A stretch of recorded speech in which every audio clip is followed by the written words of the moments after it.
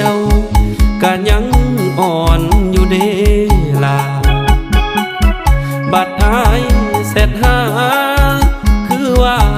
บ่ได้เป็นหมู่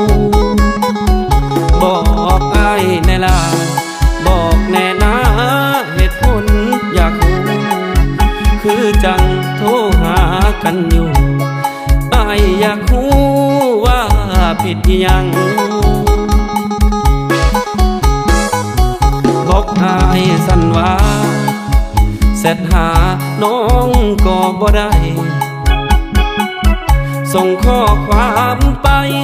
ก็เงียบหายอายหมดทนทางหรือมีคนใหม่ในใจแทนอายแล้วบ่แอวบางจึงต้อง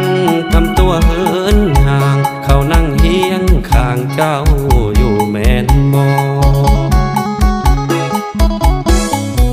เอาหูคนใหม่ลงไปโพสในสตอรี่เจ้าเฮ็ดแบบนี้คือจังบ่อยากไปต่อ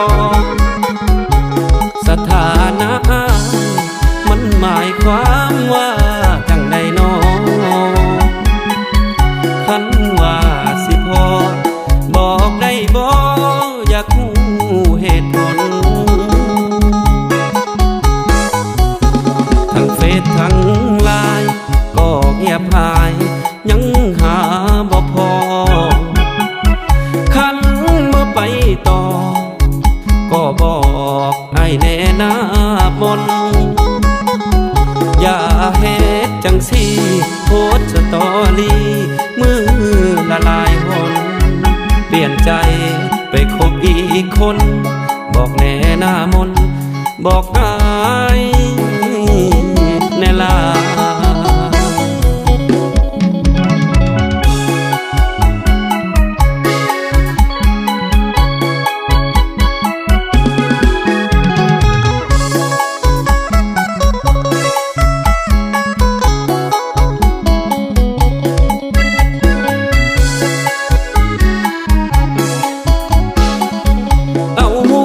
คนใหม่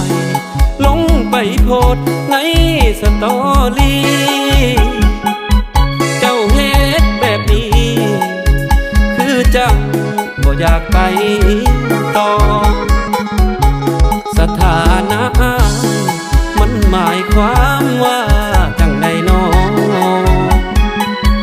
คันว่าสิพอบอกได้บ่อยากรู้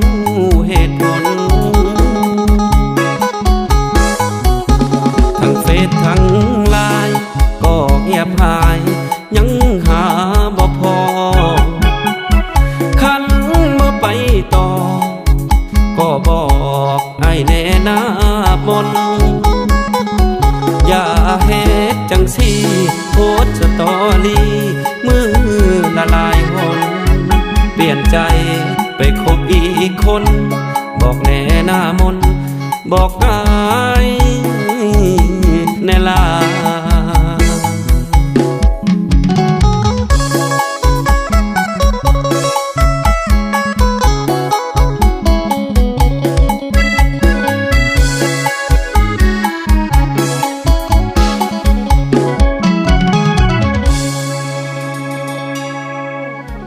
เอาหู